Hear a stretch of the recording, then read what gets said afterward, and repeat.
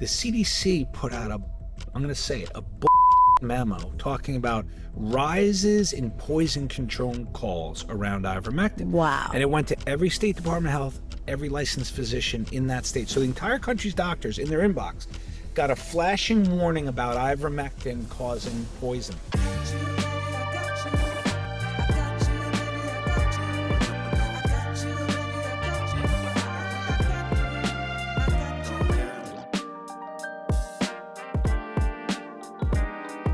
Dr. Kory, welcome to the Leila Show. Leila, it's absolutely an honor. Good to be here. You know, it's serendipitous that you're actually here today. It's funny.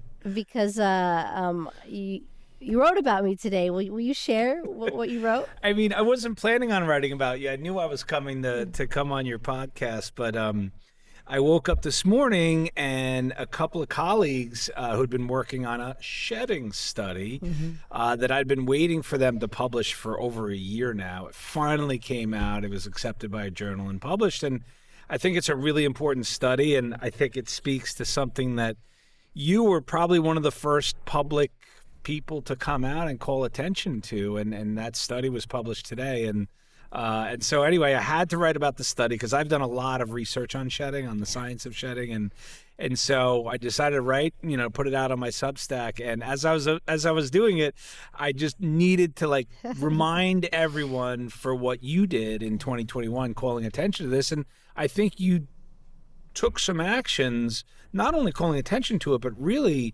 to protect the people that work for you, that go to your school. And I know that people called you crazy and you got attacked for it, but I think you were vindicated today. And so I basically wrote about you this morning. Thank you. Well, you were going to put that study up so that way our viewers could take a look at it. For sure. But could you tell us a little bit about the study? I want you to go into it in a little bit of depth because, when I came out and said, look, there's a possibility of shedding. We don't know what we don't know because this jab just came out.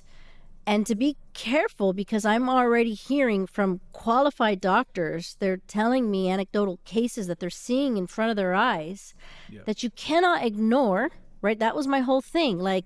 Guys, something's happening. We don't know what it is. Let's pause and be cautious and protect our kids. So can you share with us, go into detail? I want our viewers to know what the study was, how long it took, and the details around it. Yeah, so in terms of the study, I guess maybe before we get to the study, I can just talk about shedding in general a little bit. Let's do it. So, the thing that I always emphasize about shedding is that a couple of things. Number one, as we know, the mRNA vaccines are gene therapy medicinal products, right, or GTMPs. All gene therapies shed.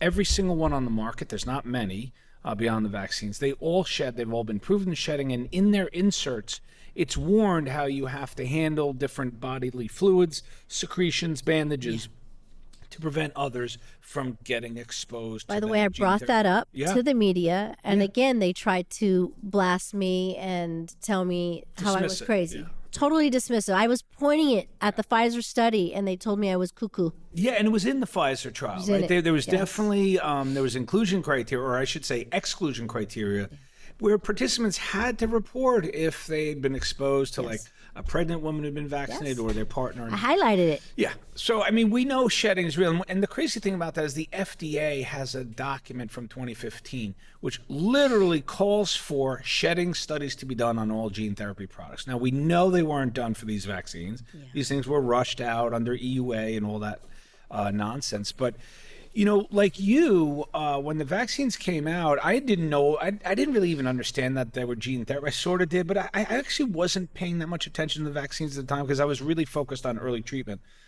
But pretty soon, the whole landscape changed and my life changed. People were coming to me with injuries. I was seeing people getting sick. I started to see VAERS data blowing up, and then I started to really focus on it. And then and I think I told you this before when we met, but a woman approached me in March of 2021 and recounted this episode where she'd gone to a massage appointment. The masseuse had just been vaccinated the day before. And in the very next day, she started to have menstrual cramping, breast tenderness, swelling, and then she missed her period. took multiple pregnancy tests. And by the time she got to me, it was, I think, 6 weeks or 2 months later, she had told me she had regular menstrual cycles for 20 years, like never had a problem with menstruation. And she was pretty convinced that it was something to do with exposure to a vaccinated. And oddly, first case ever, I knew the mechanisms of ivermectin and how it might work against the spike protein. Put her on ivermectin. 5 days later, she had her period, and like all her symptoms resolved. And so I was really impressed with that. And then what I'm impressed with, as you're being a doctor, that you're using your critical thinking brain and your problem solving. And I feel like a lot of doctors missed that step, and they were just following orders and just turning off their brain. But you saw something, you tried something, and it worked. The behavior and thinking of doctors is really foreign to me, and I know we underwent the same training, but we're not all created equal. But I've always emphasized, my first duty is to release suffering, right? Is to find out what's wrong, figure out how to help it.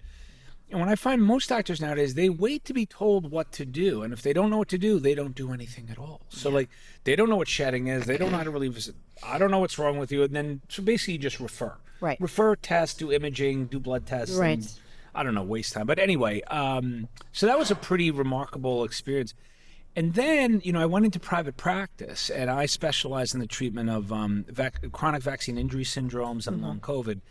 And then we started... Cancer as well, right? And cancer, yeah. I also treat cancer with repurposed medicines. In fact, almost everything I do is, quote-unquote, repurposed or alternative therapies. And just so our viewers know, how long have you been in practice, and what did you focus on in residency? So I left the system 3 years ago. I've been in private practice doing this for...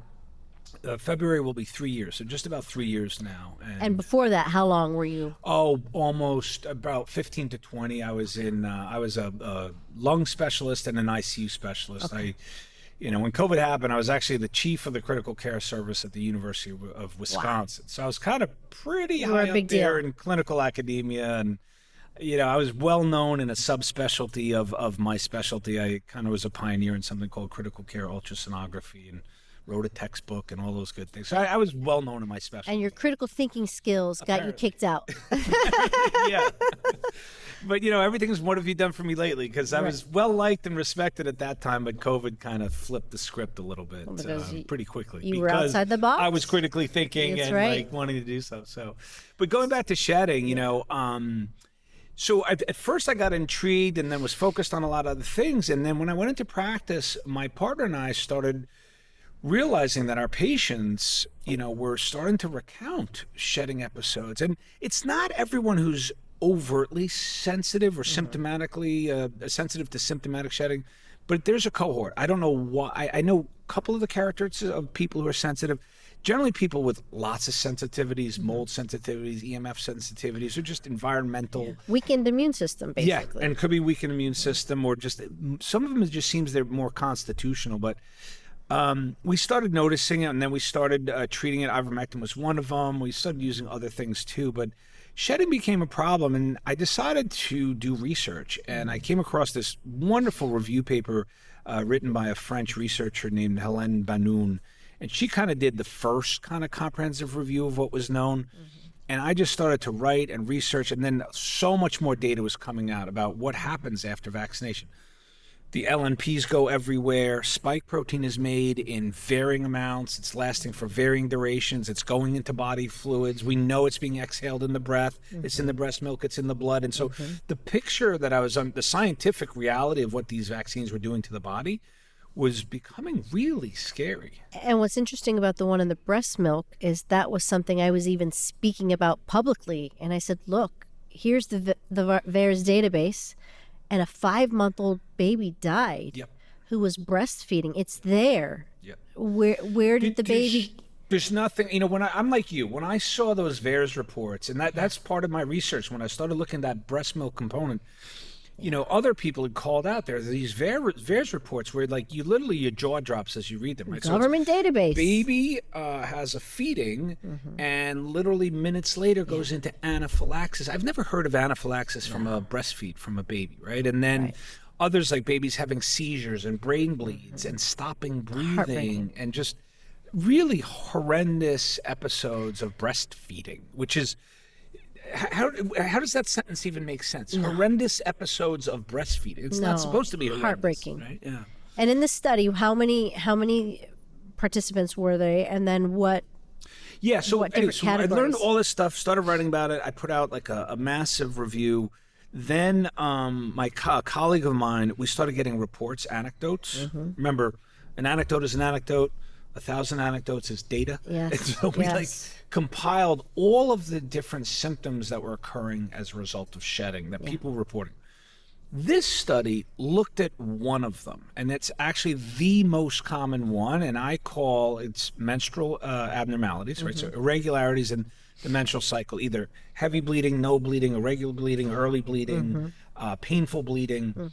And the reason why that's important is because it's far and away the most common symptom of shedding. And so I think the women were the canary in the coal mine. And that really was the women who started making noise on social media, because they all noticed, many of them, like I was saying, decades of normal cycles, and suddenly everyone's getting vaccinated, and they're looking and they're seeing that there's something abnormal going on, and they started to talk about it. So what this study did, it's a group that put together a research collaborative called My Cycle Story, and they started to elicit testimonials, reports, and then they did a very formal, extensive survey of like 91 questions to really tease out all of the factors that could contribute. So prior menstrual history, medical history, medications, and then obviously exposures, right? So how recent those exposures were, whether they were vaccinated, whether they weren't. And then they did a very sophisticated analysis. And ultimately, to answer your question, what they found was 70% of the women surveyed reported menstrual irregularities that began only after the vaccine rollout. Wow. And the proportion that were reporting menstrual irregularities was the same as the proportion of vaccinated women who were reporting menstrual irregularities. So basically what this paper shows is that whether you were vaccinated or not, the incidence of menstrual irregularities was the same. And then they also looked at these time, or what I would call temporal associations. So they looked at those like who got symptoms within 3 days, within 7 days, and the vast majority was within 3 to 7 days of being in contact with someone who recently was vaccinated. And it could have been a spouse or partners, close contacts, outside, relatives. And they were able to confirm. They were able to actually differentiate that. They were able to look at those who were in a household with someone vaccinated versus those who only had outside. Then they even looked at physical proximity. They separated out those like within 6 feet. Again, this 6 feet thing is arbitrary, but that's kind of what they chose. And they saw a pretty consistent relationship. The one anomalous finding that they uncovered was that the risk factor for heavy bleeding was actually close exposures outside the home. Oh, wow. Those who had exposures in the home, like a vaccinated partner or a family member, had less of the heavy bleeding, and they weren't sure why that was. One of their kind of hypotheses is that you probably, given the amount of exposures outside the home, cumulatively, you're probably getting exposed more outside than inside. I think there's also a lot of variabilities there because not everyone sheds to the same extent is my hypothesis. Not everyone's sensitive to the same extent. So I don't think it's perfectly clean science, but they found really robust relationships between the campaign and then developing menstrual. So this is really as strong a proof that shedding is occurring that you can have. But the one thing I want to remind everyone is that they only looked at menstrual irregularities. If you looked at my review and what I've published on it, there's literally almost 24 symptoms that have been reported from shedding, from brain fog to neuropathies to tingling to bleeding to bruising to clots. We even have a couple of cases of cancer. We have a status epilepticus. A guy, actually, there was one death reported that from a wife whose husband went to a couple of events, had a seizure, then unfortunately went to Thanksgiving. And this was like a year or two ago. And after Thanksgiving went into like status epilepticus and died of multiple seizures. And can we find this on your Substack? Yep. It's very long, but towards the end where I go over the clinical reports and categorize like what are the most common, least common, and rare. So the seizure and the cancer is very rare. We'll post these links on the bottom of our show, and Alex can also post some things directly as we're talking, so our viewers For can sure. see.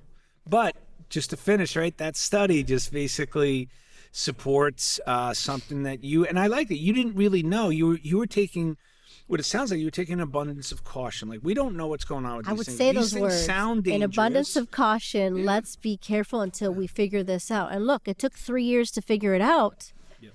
But why couldn't we be careful? What was the mad rush about when 99.99% of people were not dying from COVID? So why were we frantically rushed to get something where I was hearing firsthand from very qualified, intelligent doctors that they were seeing anomalies? Yep.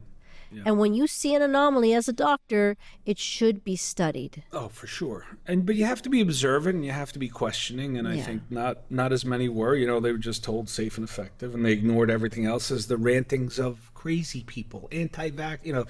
It's so easy to characterize and dismiss someone who's bringing up a legitimate concern.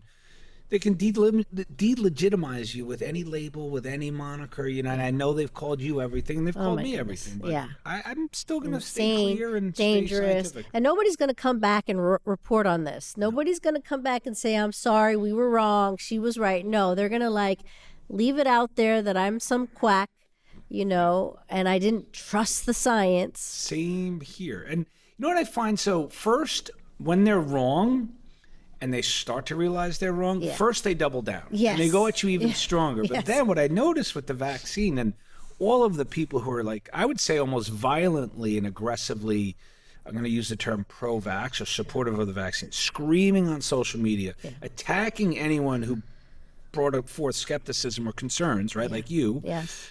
Those people, first they doubled down. They went harder, claimed everything I was bringing forth was even more made up and silly. But now yeah, they can't apologize. They don't go back on what they said. They're quiet. But they recede, and now you just hear silence. But that's what I want to talk more about, because you were one of the first doctors that figured out ivermectin, or at least you were one of the first vocal doctors. Yes. And, you saw people using ivermectin, and you saw it working. Yep. So will you talk to us about that whole experience? Tell us about ivermectin. What does it do? What is it? Yeah. And what results were you seeing? And then share with us. Yeah. What so the ivermectin story is maybe a second or a third chapter in how I approach COVID. So initially with COVID, remember, I was a pulmonary and critical care physician, and I saw this as a pulmonary and critical care disease, right? That first wave was landing a lot of people on ventilators, whether they were indicated or not, we can argue, but certainly it was causing respiratory failure to a high degree, and that's what I do for a living. I'm an expert at mechanical ventilators and treating respiratory failure. And myself and my colleagues, and I have to bring up Paul Marek, who's one of my closest colleagues, and he's actually the most published practicing intensivist in the history of my specialty. So he's not some, he's a big guy in the specialty, professor, he has what's called an H index of 110, which most Nobel Prize winners are in the 30s or 40s. This is impacts of your research and publications. And Paul and I, from the first reports that it was heading this way, we just read and just looking at all the preprint servers, reading papers, sharing everything. Then we started seeing stuff. So every day I was going to work, I had ICUs full of patients, treating them. But I was mostly focused on the hospital phase of the disease in those first 6 months. And then we put out a protocol because we noticed that the government was not, right? They were saying, stay home until your lips turn blue, which was an absurdity beyond absurdities, right? There's no disease you can't treat. That's a phrase of Paul's, which I love, or at least you can try, right? Try simple, safe things, use prudence, use judgment, but you can't allow these people to deteriorate like this. And they were not even treating in the hospitals. They were doing what's called supportive care only, which is oxygen fluids, pain I'm here to help you die. Fever. Yeah, you could look at it that way. At the time, I think they were just scared, and they're so conservative nowadays in medicine, which is they don't want to do anything unless there's a randomized controlled trial, which is an abomination to the history of medicine, everything. Okay, so you get it. So you're in an emergency situation. This is crazy. So I think we filled the void. We formed a nonprofit called the FLCCC Alliance, and we put out protocols. And I got called into the Senate to testify in May of 2020. So my first kind of contribution to COVID was calling out the critical need for corticosteroids in the hospital phase of the disease. Because around the world, all the healthcare organizations were saying, don't use corticosteroids. Now, I know that drug like nobody's business. I know what respiratory failure is like. I could see that these patients needed corticosteroids once you get that ill. Right. And your colleagues were having success with it, right? We were having, for sure. And I was using it in Wisconsin, but my superiors were like telling me not to. They were like, they didn't want me to do anything. I was trying to use blood thinners and corticosteroids, and I finally resigned. I said, I will refuse to be a leader if this is the approach this institution wants to take. And I actually left Wisconsin, and I went back to New York, which was still the Wild West at that time, meaning you had a lot of latitude, a lot of autonomy. And I ran my old ICU in Manhattan during that first wave. But my first contribution, or ours, I should say, me and my colleagues, was calling out the critical need for corticosteroids. We were right. 3 months later, it became the standard of care worldwide. But then they made you look like you were crazy when you first. At the time, yes. My boss at that time was so livid. In fact, the dean of the medical school, I think the whole state of Wisconsin was like, who's this crazy professor from the university talking about corticosteroids when the whole world is saying not to use them? So they were not happy with my public advocacy. And in fact, they were harassing me so much while I was working 12-hour days in New York City that I hired a lawyer. And my lawyer went after the leadership of the University of Wisconsin and wrote this brilliant letter reminding them what academics and what freedom of thought and speech is, and that as a professor in an educational institution, not only should I be able to speak my mind and offer my opinions, but I have a duty to do so. As an expert, I'm supposed to bring forth my expertise to the greater community and society. And so I was doing what I was supposed to do, and they were trying to get me to shut up. Trying to silence you. Yeah. And so anyway, let's get to ivermectin. Then we were just following all the therapeutics, the data, and the trials.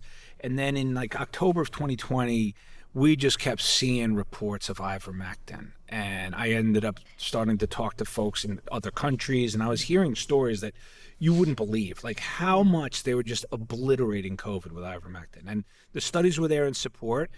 And so we put it on our protocol. And ivermectin won a Nobel Prize, right? It's been around for what, 40 years? Yeah, it's nothing new. It's not just for horses. No, well, that's the propaganda that came later, right? So, and I didn't know ivermectin that well because I don't live in like a lower middle income country where it's like a staple of treating parasitic diseases. I'd maybe used it once in my career.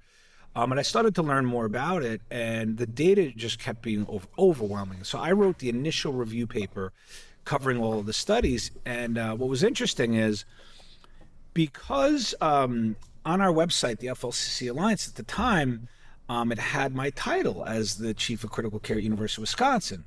And pretty much the only awake politician who knew how bad this country was handling COVID, Senator Ron Johnson, you know, he'd heard about us and he saw that we'd put out a protocol. And I ended up getting a call one day. I was in the ICU. I got a call from Senator Johnson's chief of staff. And I was like, what? Senator Johnson's chief of staff wants to talk to me. Yeah. And I got on the phone with him, and within minutes, I love the guy. And I just love what he said to me. That first conversation, he says to me, he goes, I don't know what they're doing. They're bankrupting the country. They're shutting it down. We're losing trillions of dollars. He says, and they're not giving any advice on treating. He says, I want the doctors to take their gloves off. And he loved what me and my colleagues had done by putting out really mature, concise, clear treatment protocols. And so that's why he invited me. A critical thinking politician, which we need more of as well. Well. A bunch more of. Anyway, that's what he invited me to the Senate Homeland Security meeting in May. That's when I did corticosteroids. And then he did an early treatment hearings in December. And then I gave... On ivermectin? Yeah, and I gave, a talk on background of ivermectin, how safe it was, been given 4 billion times across the world, distributed to even pregnant women, children. Like, it's like literally one of the safest drugs in history. So pause for a second. Alex, could you play a little clip on that for us? Insert a little bit of that. And so anyway, I talked a lot about that and all of the emerging data. What's interesting, though, that I want to be honest about this, because this is the first time it's happened in my career, is that I wrote my review paper, and my review paper concluded with the recommendation that ivermectin should be deployed systematically and globally in the prevention and treatment of COVID. When I wrote that paper, I had never treated someone with ivermectin. Because I was just discovering it. I read it over a 2 to 3 week period. Wow. I wasn't treating outpatients. I was buried in an ICU. I was using it in the ICU, and I was getting a lot of pushback from the pharmacists because they thought I was being crazy. Oh my gosh. There isn't a large, double-blind, rigorous, randomized controlled And trial. pharmacists are not allowed to overrule the doctor, and somehow they Not were. allowed, but they somehow get somehow power, did. and they do. Yeah, there was worse there. But the funny part is, I posted my paper on a preprint server, and about a week later, as a nonprofit, we got our first donation. Now, we'd been alive for 6 months riding. Wow. Me and my colleagues, we joke because it was literally riding on my credit card. I was up to like $15,000 on my credit card. We hadn't had one donation. Wow. And suddenly we got a $2,500 check, and it was from a CEO of like a health staffing company. And I was so happy to get this money, and I ended up calling her, and she told me her story. And her story was really interesting. She said that she'd been sick for 2 weeks with COVID, still had fever. She had a resting heart rate of 120. And somehow she came across the paper that I had written. Wow. And so she brought the paper to her pulmonologist, and he looked at the paper. He's like, yeah, whatever, prescribed her ivermectin. She took it on a Sunday night. And she said and within an hour of taking it, she felt like flushed and warm. Wow. She went to bed, woke up in the morning, heart rate was 80. She had no fever. She had good energy. Her chest felt clear. And she literally within 2 days, she was back to normal. And so she was so thrilled with what happened to her that she gave us a donation. And actually her case, she wrote a letter in support, and that's actually in the Senate record that she sent to Senator Johnson. It's interesting. Even today, people that get sick, they take ivermectin and with the same results. Like they'll be sick for 2-3 weeks. There's nothing that they're doing that's working. And I'll suggest, or somebody else will suggest, or they'll figure out ivermectin on their own. And they'll share these stories. Like within 24 hours, I felt like I came back to life. Yeah, that happens so commonly. There were variants in times where ivermectin was less effective than at other times. Sometimes you needed more. Yeah, or you needed higher doses, or you actually needed things in combination. But no, I'd heard that many, many times. But after that first patient experience, and then once I posted, and then once I gave testimony, my life was never the same, because literally for the next year, people were getting to me through every avenue they could. First of all, I was gaining colleagues and networks by especially doing interviews and podcasts. I was meeting more and more people. So like, I'll give you a perfect example. Let's say you didn't know what you did and you didn't know of ivermectin. Let's say I left this podcast 2 years ago. I bet you if you got sick or one of your friends got sick 3 days later, you would call me. Yeah. So I was getting all of these phone calls and texts, and I was treating people on the fly because you could do Zoom at that time, telemedicine, right? Yeah, well, actually, at that time, I didn't have a practice. I didn't have Zoom, so I was doing everything on the phone. Wow. And I was just, because it was an emergency. There's so many people sick.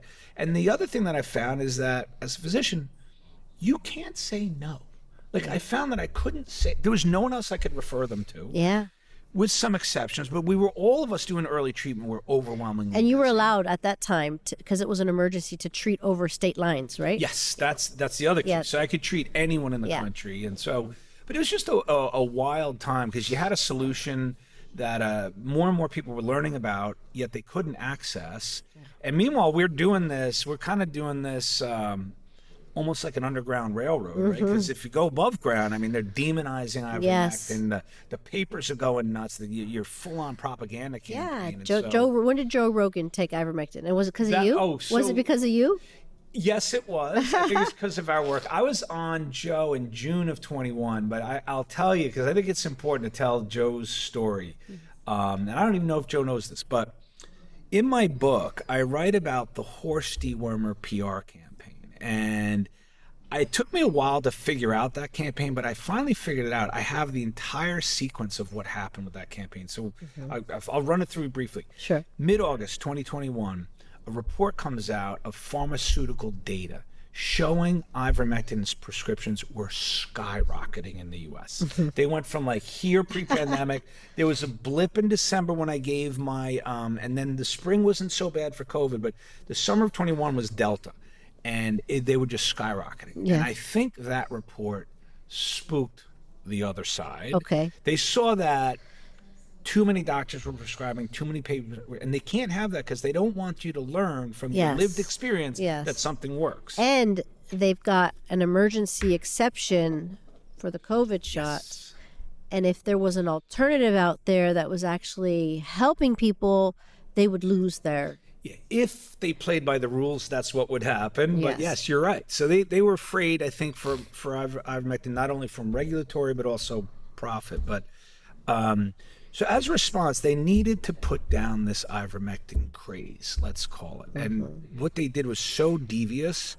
Tell us about it. But it's very sophisticated. I mean, they ran a huge disinformation campaign, which is something that industries have done for 70 years.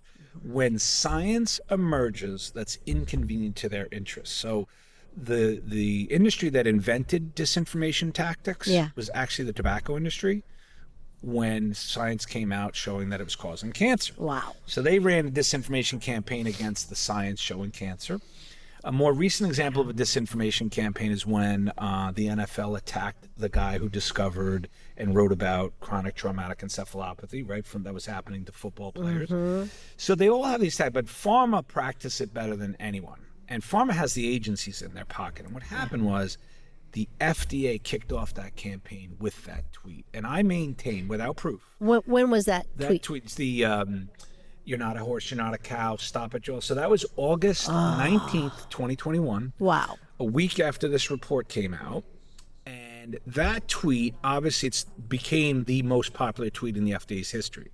But more important than that tweet is 5 days later, on the 26th, the CDC put out a bullshit memo talking about rises in poison control calls around ivermectin. Wow. And it went to every state department of health, every licensed physician in that state. So the entire country's doctors in their inbox got a flashing warning about ivermectin causing poisonings. Oh my God. And when other investigative journalists this. looked into the data that was used for that memo, it was complete BS. It was like they said 40% rise in calls. It was 2 calls to like the Missouri Poison Control Center, which was a 40% rise. So complete lies. So remember, FDA on the 19th, CDC on the 26th, on the 29th, NIH trots out Fauci on Jake Tapper, and he says, there's no clinical evidence that ivermectin works in COVID. Don't do it, is what he says to the entire country, and reminded us, the entire world as well, because they watch the U.S. Take remdesivir, which costs $3,000 and can give you kidney failure and also doesn't have any backup, but that's okay, even though this drug that's been around for 40 years, but pharma's not making any money on it, so don't take it. It's the same story. Your kids can take it. It's the safest thing. The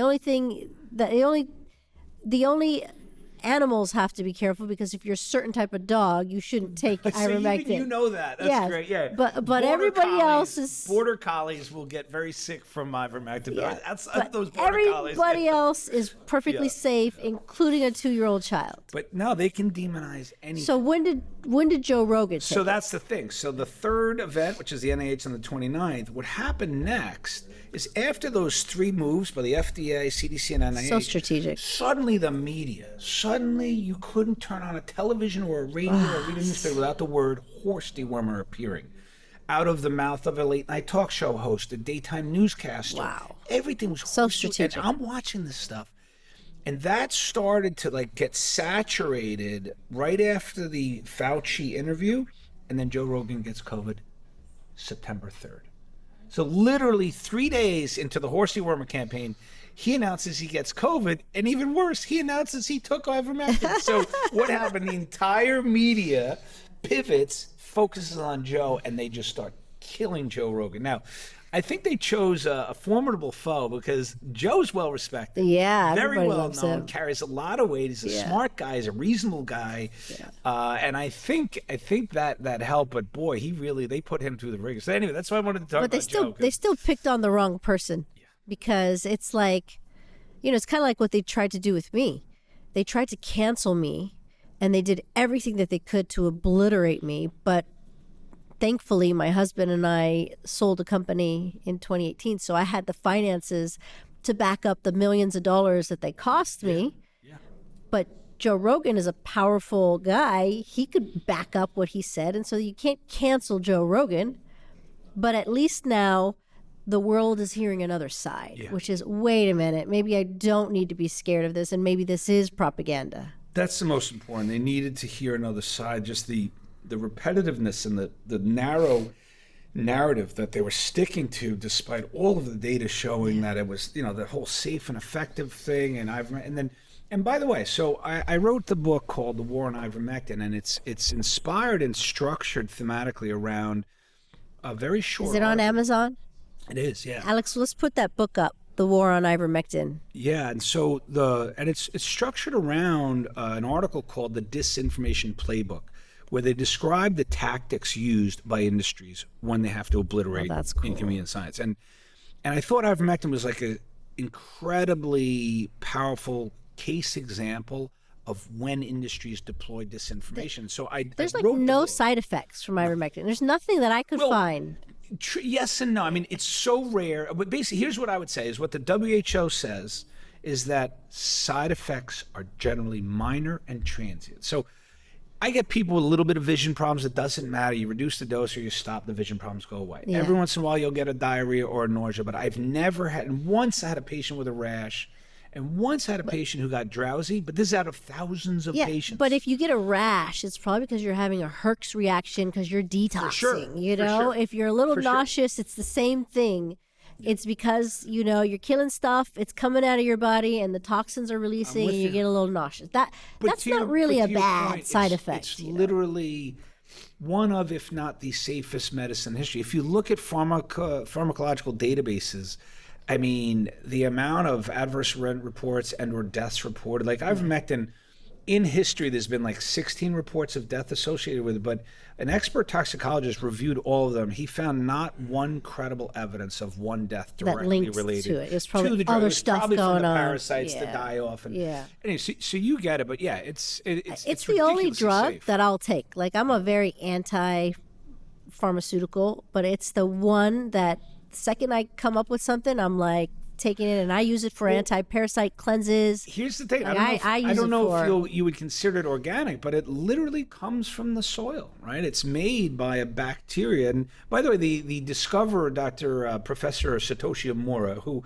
actually I know, and his group have reached out to me, and he has sent me really supportive letters. You know, he's 80, I think he's 88 at this point. Wow, he's the inventor of it? He's a discoverer of ivermectin, yeah. Oh, he's a Japanese microbiology professor. Maybe you can connect me. I would love to interview him. He's the sweetest man. And I've communicated with him through one of his professors who's an intermediary, and just a lovely man. He sent me a beautiful spectral micrograph of the actual bacterium that makes ivermectin, and with a really beautiful letter. It's like one of my prized possessions. Oh, I love it. But the origin story of ivermectin is really interesting. So his expertise as a microbiologist was isolating microorganisms to look at substances that they made to ward off other microbes or parasites, right? Wow. In order, predator-prey type thing. So many organisms involved to secrete different substances, you know, the way like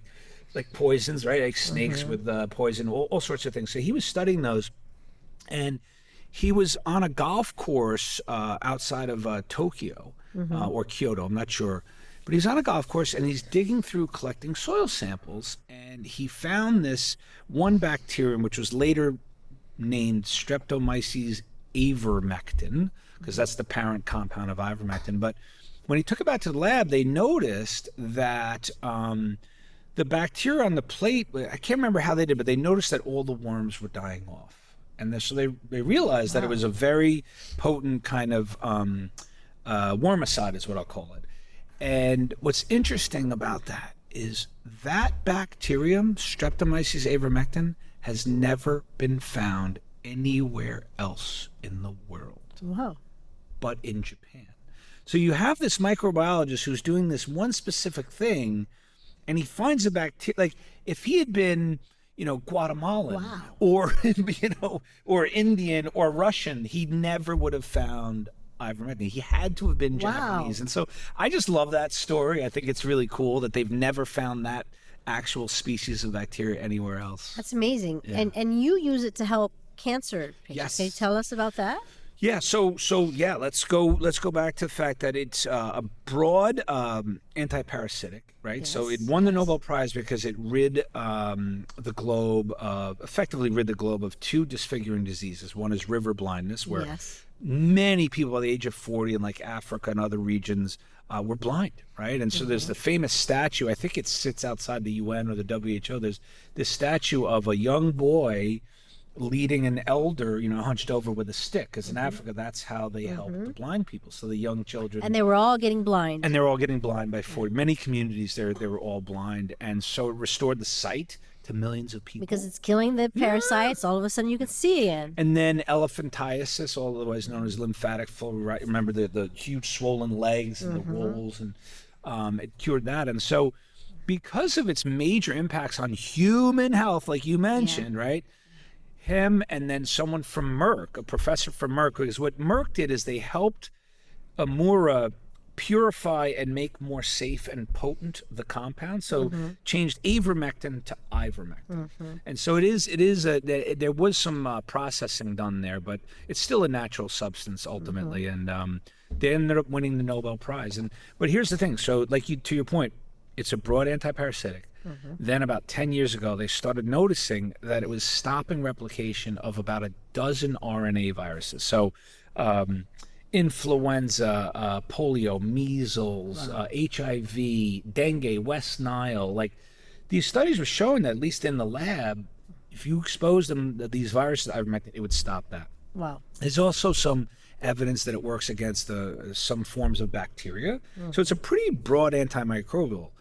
Then it has these other mechanisms. So what's interesting about ivermectin, it has 20 different known pharmacologic mechanisms of action. Wow. Then there's a set of mechanisms which are anti-tumor, which program cell death, and really actually work against cancers. And vets know this because they've cured many tumors in dogs and rabbits and cats with ivermectin. They know it's a good anti-tumor. But the cancer, I'm using it now. The cancer world doesn't want you to know that because it would cost them a lot of money because they prefer you to take their super expensive chemotherapy and they want you to think that's the only way you're going to beat cancer. It's a whole big beast. It's a big, and you it's don't a want, very or big bear. You don't want to poke that bear, but doctors actually make a significant amount of money. It's one of the only drugs that doctors make money off. So important that you say that. It's a conflict of interest. I'm going to tell you something, Leila. I don't think I knew that until like 4 years ago when someone told me. I didn't, because I'm not an oncologist, but I didn't realize that oncologists, when they prescribe chemo, they make money. They get reimbursed for prescribing. And it's really troubling because I've noticed a pattern of behavior in my career of oncologist, like literally treat till death's door. Patients are like beyond frail. I mean, not all, but I've seen them be too aggressive with chemo. And I never really understood it, but to find that there's a financial incentive to do that really bothered me. I've also heard that many cancer doctors would not treat their own family members with the same chemo and radiation. Troubling, I find that troubling. Yeah, they'll give it to someone else, but not their own family members. Yeah. And it's interesting because we also interviewed Dr. Paul Thomas. Yeah. And he exposed the conflict of interest between vaccines and how much money pediatricians get paid, millions of dollars, to vaccinate kids. So it's like for a doctor to kind of turn their blind eye, unfortunately, when greed takes over. I mean, it's sad to say, but the incentives to keep 80-90% of the kids in your practice vaccinated means you're going to vaccinate all of them. That's why 85% or something have come to me for help trying to protect their kids.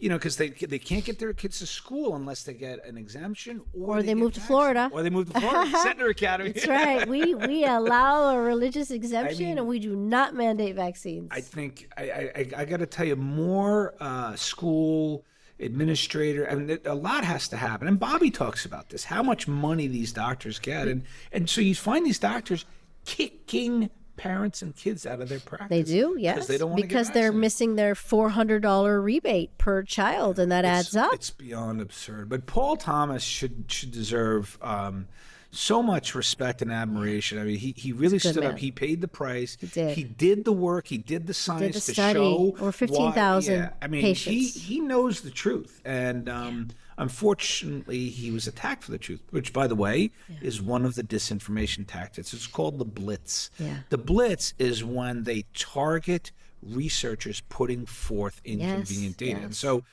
when I read that article, the Disinformation Playbook, like I remember the day I read it, it was in March of 21. I'd given my testimony in December of 2020. Yeah. And what happened between December and March, I couldn't figure out what was going on in my life. Everything was going sideways. I was getting attacked in ways I never thought possible. Lots of old colleagues and people I work with were questioning what I'm doing or just not talking to me anymore. Yeah. And like, I know the feeling. everything, yeah, you can imagine. Can relate. Like, my life was getting really bizarre, but then when I read this article, it was like I got a teacher's edition to the world, because I realized every tactic that they mentioned, I was like, I had 5 examples for each. And on that day, I made a commitment. I said, I am documenting this for the world, what they're doing in the middle of COVID to this drug. One thing I want to say, though, is the book that I wrote, The War on Ivermectin, one of my colleagues could have written the same book and called it The War on Hydroxychloroquine, because it was the same tactics, same war, same results, except I didn't fight that war. I fought the ivermectin war. Do you remember Dr. Z before he passed away? Of course, yeah. No, I've been on Zooms with him. I remember Super talking to him. sweet, amazing guy. Same thing happened. And in fact, he was the guy who ran. he was the guy on hydrochloroquine. He even talked to President Trump. President Trump talked about it, and then the governor of New York banned it. And he had over 6,000 COVID patients, and he said out of 6,000 COVID patients, he only lost like 3. You would think that people would stop and say, let's listen to this guy. No. Instead, they pulled the whole same tactic, and they called him a quack, and God rest his soul. Hopefully he's up there in heaven helping us now, and hopefully he's one that's been pushing all this change. But yeah, the governor doing that. But then when you really study what happened, especially globally, like you come across all sorts of really troubling events. Like one of the most troubling is that in June of 2019? June of 2019, so 6 months, right, before this pandemic, France inexplicably made hydroxychloroquine prescription only. Yeah. When it hadn't been before. Yeah. And which is very odd. And then I happened to have been invited to give a speaking tour in Australia. It was funded by a very well-known Australian named Clive Palmer. He's a billionaire there. And he loves Australia. And he tried to do as much as he could for Australia. Mm-hmm. He bought, I thought, a couple million doses of hydroxychloroquine, donated it to the government for use to protect the Australian people. You know what the government did? Threw it away. Destroyed it. Oh.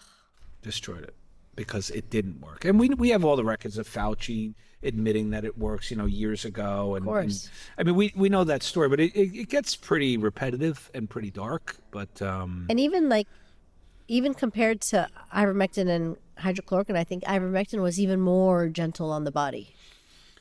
That's actually, what I would say is they were both very safe, been around for decades, well tolerated. And weren't there manufacturing facilities that were mysteriously blowing up? Yeah. Was that for ivermectin or hydrochloroquine? That was hydroxy. I remember this huge factory. Blowing up. I can't remember where it was. This in the Middle East or India, near India. I think it was. India. Yeah, and it just suddenly blew up. So tell me a little bit about how you've also been seeing ivermectin help with long haul COVID. Oh yeah. Because there's still a lot of people that have long haul COVID or they've been injured by the COVID shot. Could you talk to us a little bit about that? So I specialize in the disease is called long COVID, long vax. Same disease. These are the chronic syndromes that happen after COVID. And although it's a new name, it's not a new disease. Yeah. It's literally myalgic encephalitis chronic fatigue syndrome, right? Mm-hmm. MECFS, which Lyme does, right? Chronic Lyme, EBV does, Giardia does, Mycoplasma can do. So other infections are well known to cause MECFS. The rate at which it's being caused with the spike protein and or the virus is very high. In my practice, we've probably seen 1,500 patients. 70% are long vax. Only 30% are long COVID. And both patients are, how do you differentiate them? Pretty easily. You take a history, right? What was the preceding trigger to your illness? And for 30%, it was COVID. Others, it was the vaccine. But it's the same disease. The only real difference is, on average, the vaccinated, the long vaxxers are sicker than the long COVIDs. A couple of exceptions to that, but on average, they're sicker. The second difference I see in those two cohorts, it really took a hit to their immune system. and I think there's much more spike than the virus. They get it delivered directly. We clear the virus spike, I think, better than the vaccine spike. That's one of my hypotheses. The other difference is that long COVID seems to respond a little better to a tincture of time. That's actually a therapy, right? That we don't really talk about. Sometimes you just let people heal, and sometimes, and I see that the natural time passing in the body trying to heal itself, I think it works better in long COVID. Whereas the vaccinated, although I do see some of them improve over time without that, you can't credit to a therapy. It's much less. It's much more modest than long COVID. But these patients are decimated. Most of my patients are either disabled or half disabled. And how quickly are you seeing results for using ivermectin? Depends. It's the most complex and challenging disease. But I will tell you, first line therapy is ivermectin, hands down. Actually, our first line therapy, the things that I start like every new patient on, ivermectin and low dose naltrexone. Both of those therapies have numerous mechanisms. On paper, they look like they would work for this disease, plus ivermectin binds spike protein. But also in practice, I've said for a long time now, 70% of the patients I see are ivermectin responders, like the long COVID, long vax. The problem with that 70% is that the responses vary. Sometimes they're kind of modest. Sometimes they're large. Like I have a small cohort in my practice who literally all they need is ivermectin, but it's a small cohort. Most need numbers of other therapies, but yeah, it's a mainstay in my practice. Ivermectin, it's been so helpful. Dr. McCullough has been talking about the 3-stack. Have you? Because I know a few people that have done that, and it's been helpful. I don't know. I'm underwhelmed. I like it on paper. In practice, it's very rare that I see someone truly attribute an important symptom responding to that. However, I do think that approach of like fibrinolytic spike degradation products, like I use a lot of nattokinase, some bromelain, curcumin.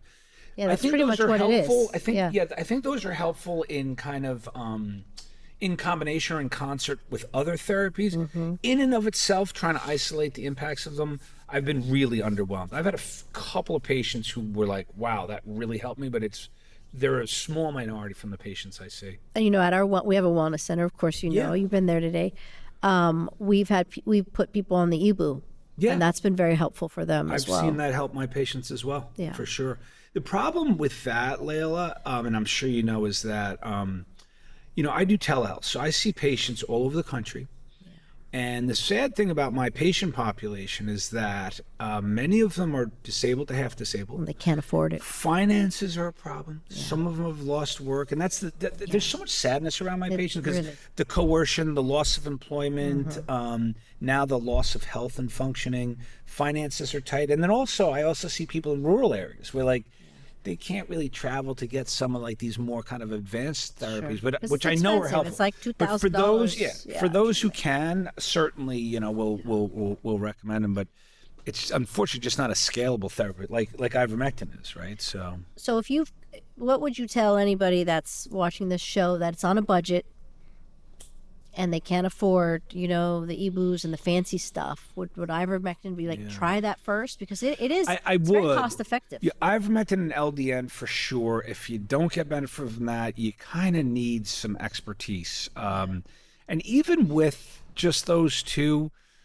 dosing, what to use in combination. I've evolved. You do telemedicine now, right? Yeah, could we put your website? Alex, sure. could we put up his website and do you accept insurance? No insurance. Not doing what I do. Okay. There's about 100 reasons I don't accept insurance. Do you still have a nonprofit that basically if somebody wants to donate to help some of these people who can't afford to be treated? Yeah. I no longer work with the FLCC lines, but I have a new one.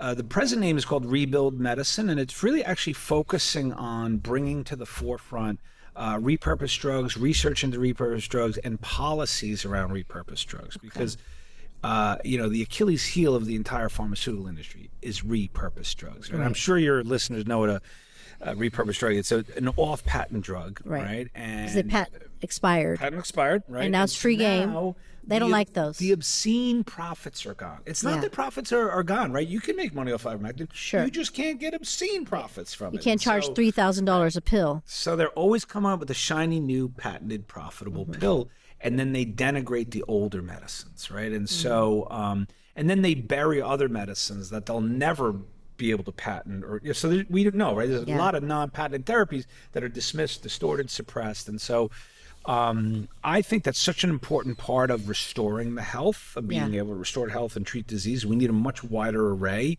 than what they're offering us, which is often toxic, expensive, hard to access. And so we're trying to do that in my new nonprofit. So is the website up that way? It is. To share It's. I think it's about finished this week or in the next couple of days. But I'll put it up. So Alex, let's put up the website. And people can, it's a 501c3, people can donate. I would love it if they did, because we're new and just starting out. And I think the work we're doing is important. And I can't wait to bring more attention to therapies like the ones we've talked about, but I don't know if you know about like DMSO, chlorine dioxide. DMSO, chlorine dioxide, I'm learning tons about chlorine. Like these are things that literally all over the world they're using. But there are a few amazing people that we're pushing chlorine dioxide that are like hiding in other countries now and doing it on Zoom because they got chased out for something that's so powerful and free to use. I want to laugh. Leila, because the amount of grief I've gotten, and I'm still standing, right? So I'm poking the big cancer bear by doing repurposed drugs there. I poked a huge pharma juggernaut in COVID with, repurposed drugs and other therapies, but chlorine dioxide is like the third rail because that I think is their most feared therapy. I really do. I think it's their most feared therapy. They put two brothers here in Florida, I believe, in jail for it. I think they're still in jail. The sons of Mark Brennan. Mark Brennan got out of jail. And by the way, they extradited those people from another country and put them into jail here, which is very bizarre. We got to get these guys out. Yeah, it's bizarre. But anyway, just I'm excited for the future. And, I'll just finish by saying that, my whole career, I was a medical educator. I won teaching awards at all the institutions I worked at. I was very respected and liked by students, fellows, residents. And, what happened in COVID is I became a medical educator to really, I think, the community and society. And the people needed your voice. More people. I reached people whose ears and eyes and brains are seemingly more open than where I used to teach. And I'm sure you get thrilled too, passing on really helpful, valuable information for people to protect and preserve their health. And I love doing it. Yeah, that's why when I read your original paper, that's how I connected with you, because I guess you wrote about me a year or two ago. I didn't know who you were. I just said, and by the way, let me give you a line of what I wrote today. So I was writing about you and how important you were in this whole acknowledgement and awareness of shedding. Yeah. And then I just said, parenthetically, I went to the Jets game yesterday. I'm in Miami now, and I'm going on a podcast with her tonight. And I said, the timing is totally unplanned. I said, I can't wait to meet this badass. Oh, thank you. Thank you. A pleasure to meet you. And you're a badass as well, because you did not bend. You did not allow them to change what you knew what you were doing was right for the people. And I think that's what we have pretty large in common, is that I was doing the same thing for the kids and our teachers at the school, by the way, which half of them quit because they thought I was crazy. But the half that stayed to this day thank me because they said I didn't get the shot because of you. In fact, I made my parents not get the shot because of you. And all their friends are sick and having issues. And I'm just so thankful that I paused, because all I did is I said, pause. You don't know what you don't know. This is what I'm hearing, and I cannot not share this information with you, and I cannot not act because this virus is not killing. I mean, 99.9% of the people are surviving it. So why rush to an unknown? The world went mad. That's something we've said, and I believe that the world went mad in COVID because of the unrelenting propaganda and censorship. It was the control of information.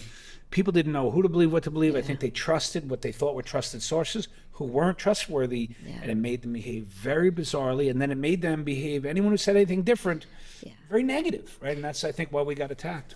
And I think the good news where we stand today is people are a lot more aware, at least the people I want to be friends with. They're a lot more aware and awake, and they second guess everything that the government or the media is pushing, which is what we want, and which is what I'm trying to do at my school, Centner Academy, create kids that are critical thinkers and problem solvers, and they're not going to just bow down to authority and follow the authority over a bridge, and plummet to their death because they're just going to blindly follow. And I wish more doctors were also critical thinkers, because the more doctors that stand together and say, we are not just going to blindly follow the CDC.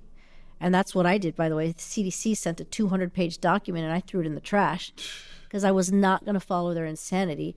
If more people do this, then we cannot be ambushed like this ever again. I agree. I want to say one more thing about you, which I noticed when I first came across your story around the shedding and you not wanting to have recently vaccinated people, is I noticed that the media repeatedly reached out for comment and they didn't get any. And I think that was brilliant. Yeah. Or whatever, at least it was Newsweek that didn't get any comment. I said, brilliant, don't say anything. Yeah, well, I started commenting in the beginning and I saw that there was nothing I could say or do. Because they just twisted every word. And my husband and I said, it's over. We're not saying anything to these guys anymore because they're not listening. They don't want to listen. And they're looking for one word that I say wrong to trash me.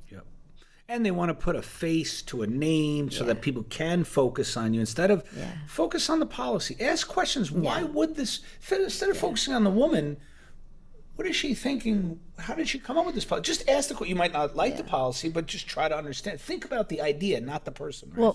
Well, MSNBC, they really hammered us hard. And then I was even interviewed on Fox. A guy on Fox that also hit me and tried to destroy me. And I'm like, okay, I have no friends in the media, so I'm out. Let's talk in 3 years. Yeah. I'm with you. Yeah, the media, there's friendly media and then there's hostile media. They were all hostile. Yeah, I've dealt with the hostile. It's so unpleasant. I like friendly media, like here. Yes, thank you. Thank you so much. Cheers. Great to meet you in person. And absolutely, thank you for all you're doing. Thank you.